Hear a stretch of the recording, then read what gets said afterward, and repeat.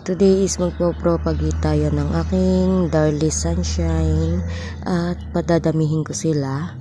Then, ayan yung itsura niya bago natin i-propagate. Ang ganda ng color niya, oh. Kumaganda na siya. Then, ikakat ko kasi gusto ko siyang padamihin. Dahil ito na lang yung natitira kong Darlie Sunshine. Buti may natira pa at gumanda siya. So, ayan, i-cut na natin siya. Pasensya na kayo sa ingay at may gumagawa sa kabila. Naghahakot ng buhangin.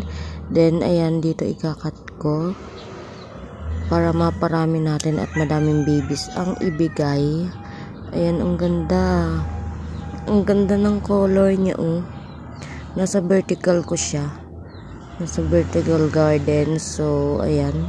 Magparami tayo. Dati sobrang dami kong Darlie Sunshine. Kaso, napabayaan din.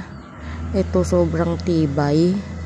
Sobrang tibay ng Darlie Sunshine na to. Pwede sa mga beginners.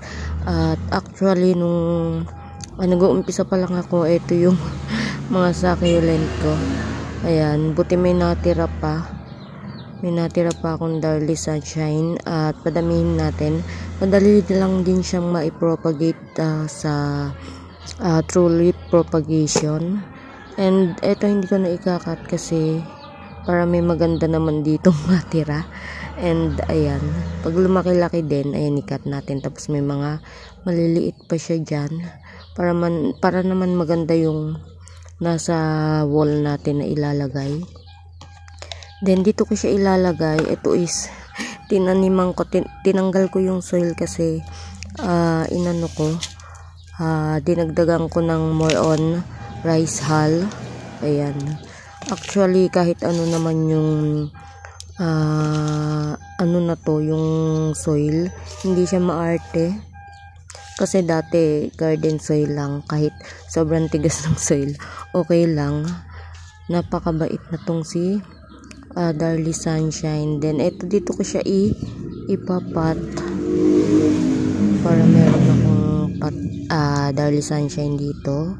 Tapos, meron sa vertical. Dati is, ang dami ko na to. Nakapagbigay pa nga ako ng mga ganito. And, ayun, napabayaan. Yung stem nila, nag-dry, tapos, ayan, naubos. Puti na lang ito, lagay pa ako sa vertical. And, ayan, madali lang siyang ilipropa at madali siyang padamihin. Ayan, more on rice hull. Pero, okay lang sa kanya kahit anong soil. Pati si ghost plant, ayan, sobrang bait. Dagdagan lang natin ng soil. Pero, this time is more on rice hull yung ginamit ko. Ito is yung dati ko pang soil. Dinagdagan ko lang ng rice hull. Then, ayan. Si Darlie Sunshine. Sana is maparami ulit natin siya kasi ang ganda.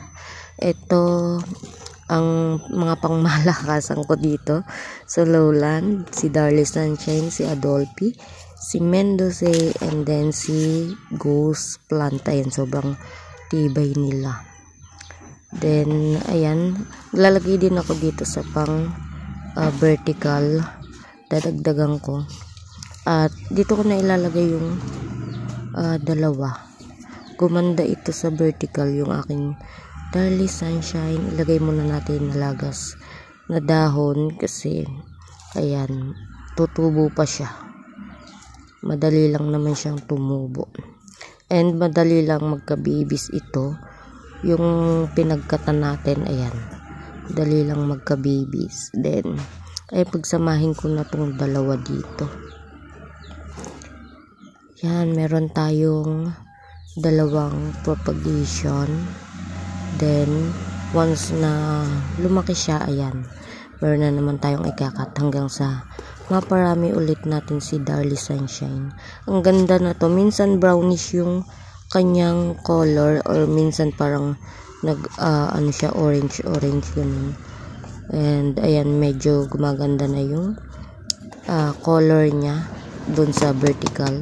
Kaso nagsunod-sunod yung ulan, kaya ayan, parang bumabalik na ulit sa green yung kanyang color. Pero sobrang dali talaga na itong alagaan ni Darlie Sunshine. Hindi kayo magsisisi. Ayan. So ayan yung mga na-i-repot natin, na i-propagate. Ayan, nakat. Ayan, meron tayo ditong isa. Then, ayan, dalawa. Ayusin ko lang to. Ayusin ko lang. Ayan. Ang blurred pala. So, ayan. Si Darlie. Then, ito yung pinagkatan natin. May isa pang maganda kasi iniwan ko na para. May maganda naman dyan. At, ang ganda ng color na to. Ang ganda din. Kahit ang liit niya pa. And, ayan siya. Nantigas ng soil niya. Puro ano to loam soil yata ginamit ko dito. And, ayan, dagdagan natin. Dagdagan lang natin ng unti. Ayan. Napabayaan ko kasi kaya kumonte ang aking Darlie Sunshine. Pati yung ghosty ko. So, ayan guys. Ayan na ang aking Darlie Sunshine. Thank you for watching. Bye!